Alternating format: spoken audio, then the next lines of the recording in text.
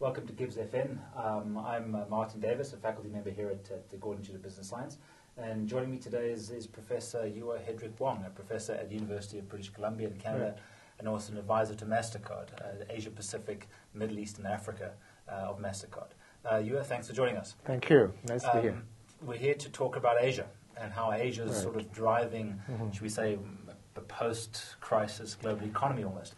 Has Asia seemingly... We're seeing very high growth rates coming out of China, India, neighboring economies. We see just the opposite, very low, stagnant growth coming out of traditional first world economies. Has Asia decoupled from the Western world? Right. Well, Martin, sometimes history is made by what happened, obviously, but now and again, more importantly, by what did not happen.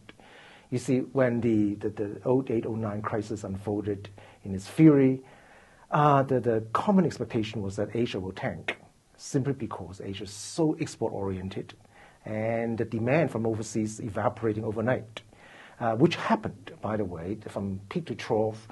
Asian exports on average within 6 months period plunged by about 50%. So it's catastrophic. But the Asian markets did not crash. I think history is made when something like this did not happen. And this is really, I think, how Asia has accomplished at least a partial decoupling from the global economy. And they could shift gear very quickly to turn on the domestic demand, both in the case of China's really investment, coupled with a lot of fiscal spending. And fiscal spending started to increase across Southeast Asia, for instance, including India, for that matter. So within a very short period of time, they recover, really driving up domestic demand. Now, the challenge is that what do they do in the future?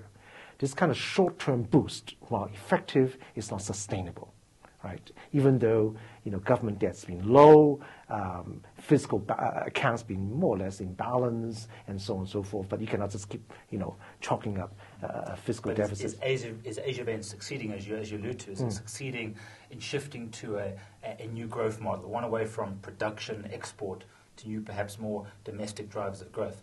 Government spend ultimately is not sustainable. No. Are these new models being created now in the new Asia? Yeah, I think they really sort of making it up as they go along, and at the moment, we're seeing a gradual rebalancing. And domestic demand, for instance, is rising, especially in a place like China.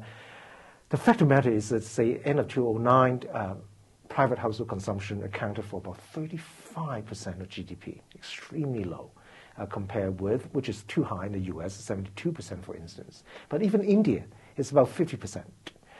So for China to move from 35% GDP to, say, even 45% over a period of 5 years will make a tremendous difference. Don't forget that the total pie we're growing between 8 to 9% at the same time. So now we're seeing actually China demand, not only in terms of commodities and raw materials, but now it's rising in terms of consumer durables. What is the government doing to stimulate this domestic consumer demand? Well, in a number of ways. First of all, of course, we're seeing rising wages. Now, that's the true sustainable stimulation for consumer spending.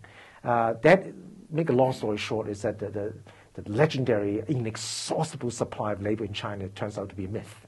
Okay, in fact, if you look at the data closely, the age cohort between 20 to 35, for instance, stopped growing in the last 5 years.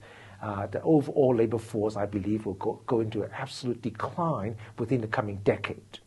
And the government's investment in the rural areas, in the interior, in western provinces, and so on, actually, while rebalancing the imbalance between the coastal developed areas and the interior underdeveloped areas, also slow down migration, because now a lot more jobs being created closer to home.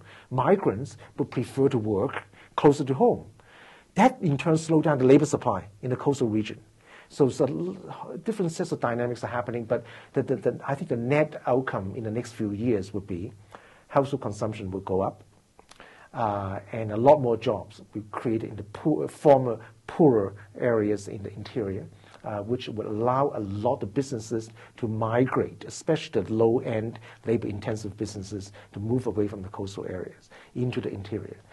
In the coastal area, I think that new driver that is going to really go into high gear is domestic services.